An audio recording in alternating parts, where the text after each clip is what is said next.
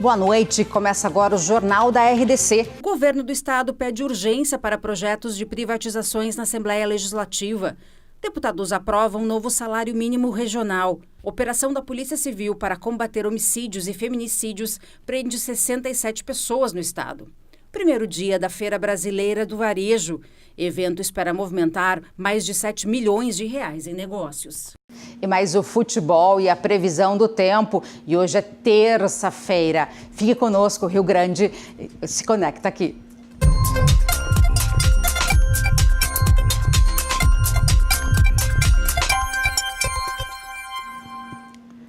O governador Eduardo Leite esteve hoje na Assembleia Legislativa para protocolar os projetos de privatização da CE, Sulgás e CRM. Leite, que estava acompanhado de uma comitiva de secretários, foi recebido pelo presidente do Parlamento Gaúcho, o deputado Luiz Augusto Lara. Os 3 projetos foram protocolados com pedido de urgência.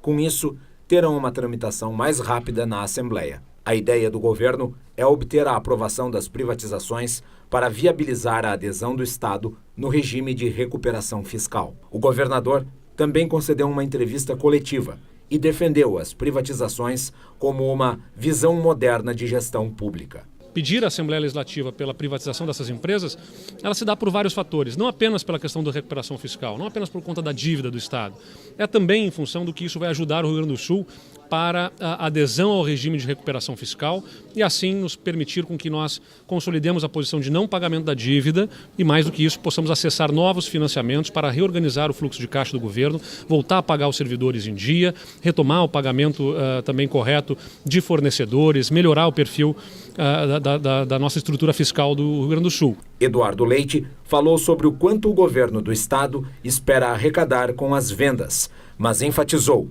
que antecipar um valor pode gerar expectativas exageradas ou afastar compradores. A gente pode falar algo em torno de 2 a 3 bilhões de reais, é uma janela grande esta, né, de valores que a gente está falando nas 3 empresas, mas na verdade um valor absoluto a ser determinado não se deve antecipar na medida em que você pode gerar uma expectativa alta que afasta investidores por conta de não acharem aquilo devido, ou você pode rebaixar o preço e consequentemente também gerar perdas para o Estado. Então, com a devida cautela serão feitas agora as avaliações com o apoio do BNDES. Também na Assembleia Legislativa, os deputados aprovaram no início da noite de hoje o valor do salário mínimo regional. O resultado foi 43 votos a favor e 3 votos contrários. Também foram aprovados os nomes indicados pelo governador Eduardo Leite para a diretoria do Banrisul. O reajuste aprovado é de 3,4%, aumento que vale para 5 faixas do piso gaúcho, com valores que variam entre R$ 1.237,15 e R$ 1.567,81.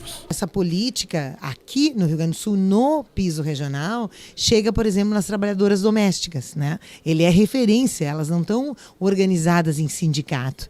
E elas conseguem, com o piso regional, melhorar um pouquinho o seu salário, né? Normalmente na primeira faixa. E mesmo na informalidade. Apesar da maioria considerável na aprovação do projeto, alguns deputados reforçaram a necessidade de se debater o impacto econômico do salário mínimo. Existia alguma discussão do ponto de vista da extinção do salário mínimo regional. Eu, pessoalmente, inclusive, entendo que esse assunto tem que ser abordado, tem que ser enfrentado, né, porque existem também alguns estudos que demonstram um impacto negativo na nossa competitividade, até porque apenas 4 estados na federação possuem o mínimo regional, né, mas eu acredito que também essa discussão tem que ser feita com equilíbrio, com maturidade e com tempo. Antes da votação do mínimo, os deputados aprovaram os nomes indicados pelo governador Eduardo Leite para a diretoria do Banrisul. O economista carioca Coutinho Mendes foi confirmado como presidente do Banco Estatal. Bom, quem acompanhou toda essa movimentação na Assembleia está aqui ao meu lado, o comentarista Guilherme Macalossi. Entre 2 e 3 bilhões de reais é uma estimativa bem otimista do governador para a venda das 3 estatais, não é? Boa noite. Boa noite, Carla. Sim, eu estava lá junto com o Rômulo, nosso repórter e produtor, fazendo a cobertura dos fatos hoje na Assembleia. Então, o governador não quis antecipar, obviamente, aquilo que poderá ser arrecadado com a venda das 3 empresas. Mas eu quero me deter no fato de que o Eduardo Leite parece um maestro, né? Essa é a impressão que se tem. dele, principalmente no seu trabalho junto ao Legislativo.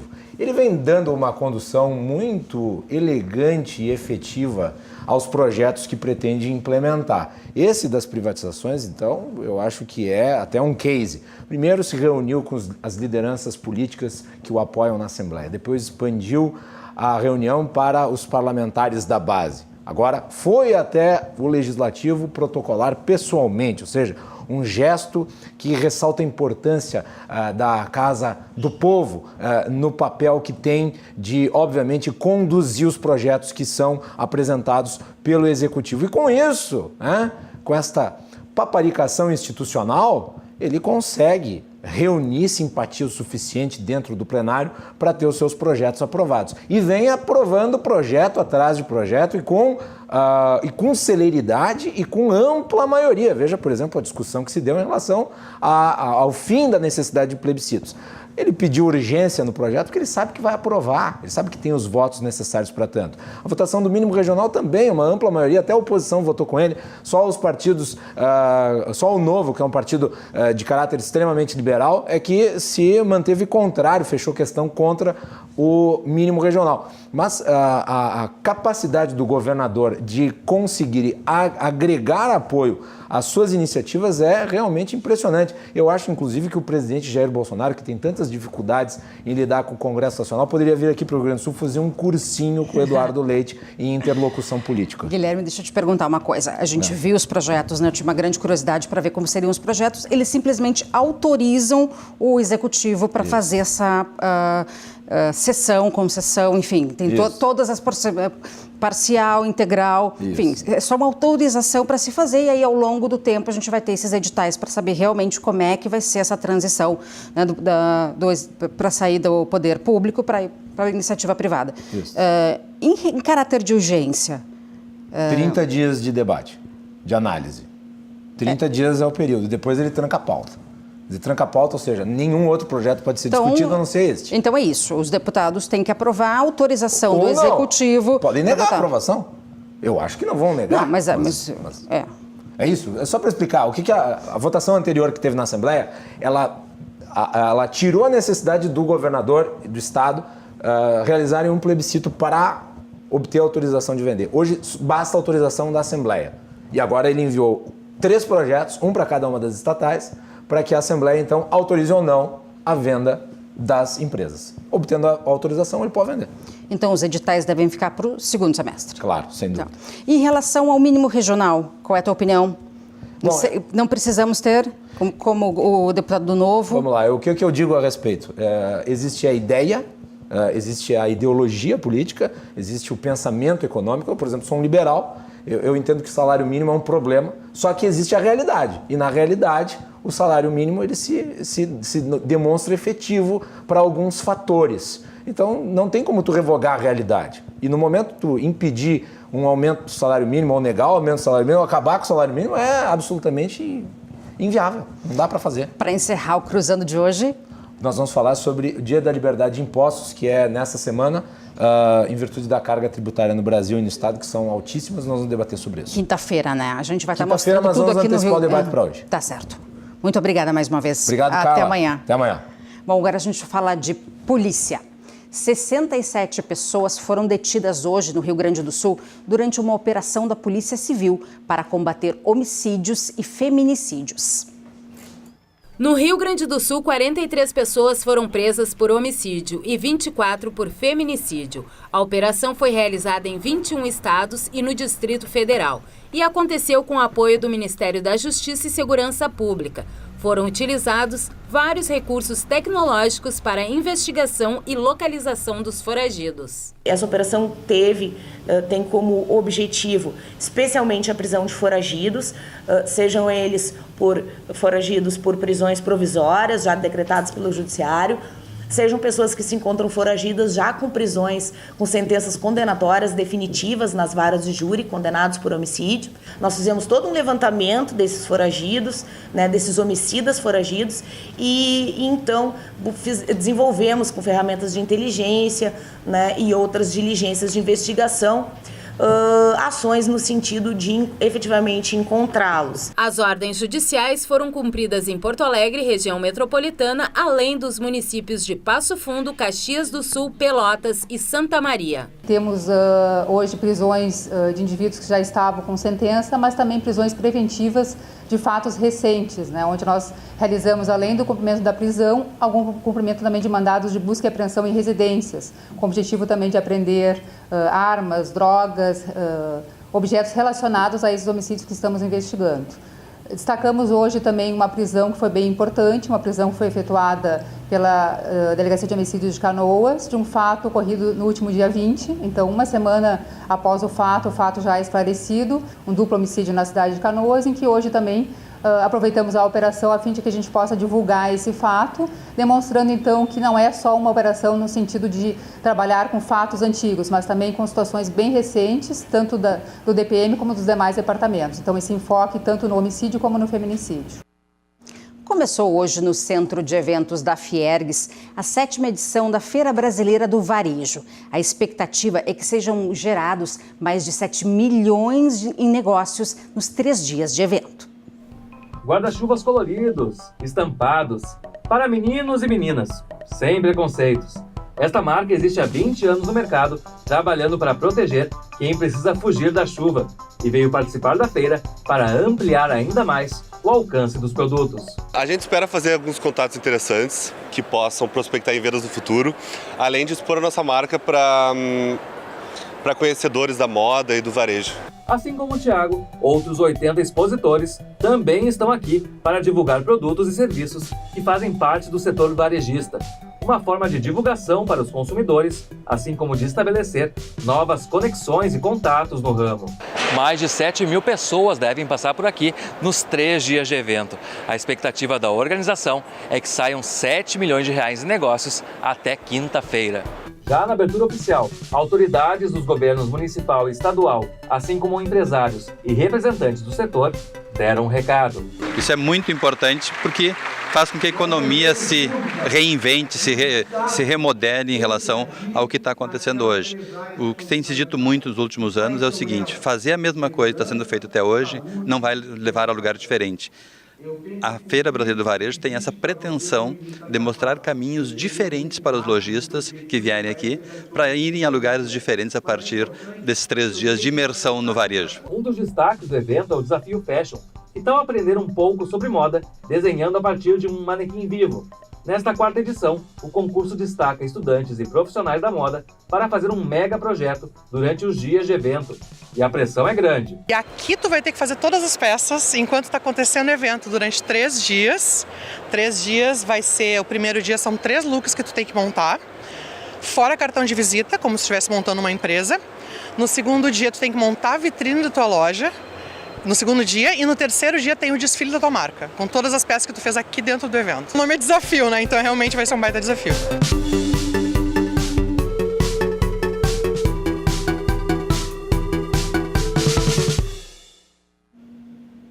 Agora a gente faz um rápido intervalo e na volta você vai ver a campanha de vacinação contra a gripe é prorrogada, mas a data final ainda não foi definida. Nós já voltamos.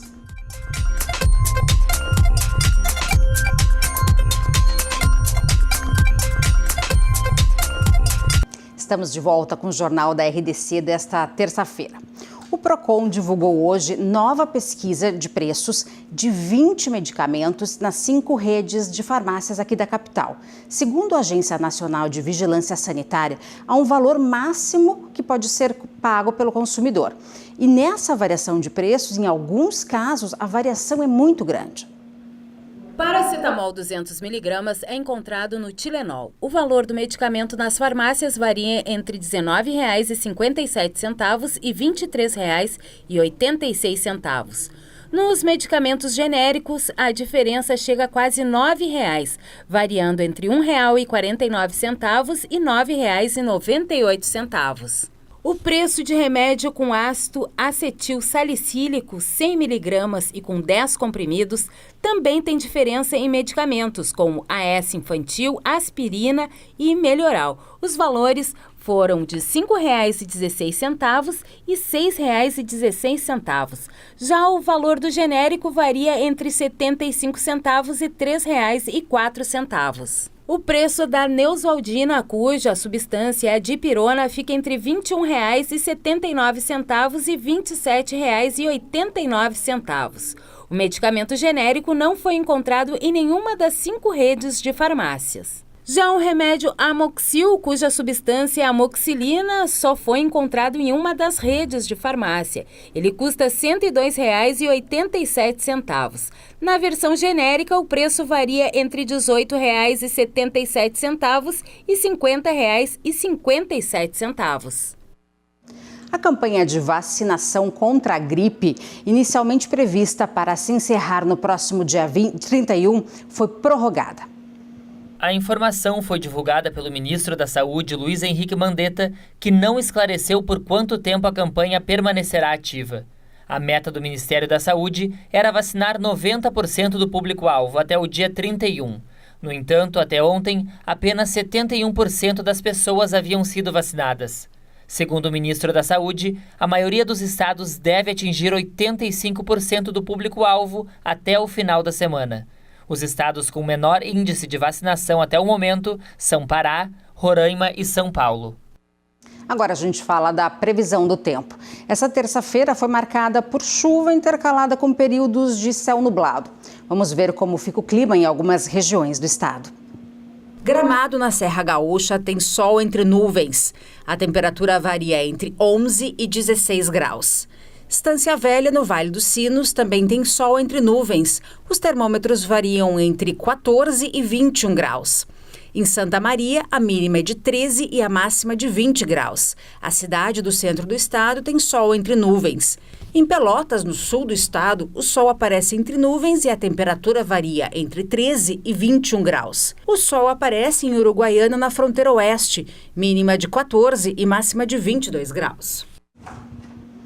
Bom, agora a gente fala de futebol. O Inter está em Belém do Pará, onde enfrenta amanhã o Paysandu.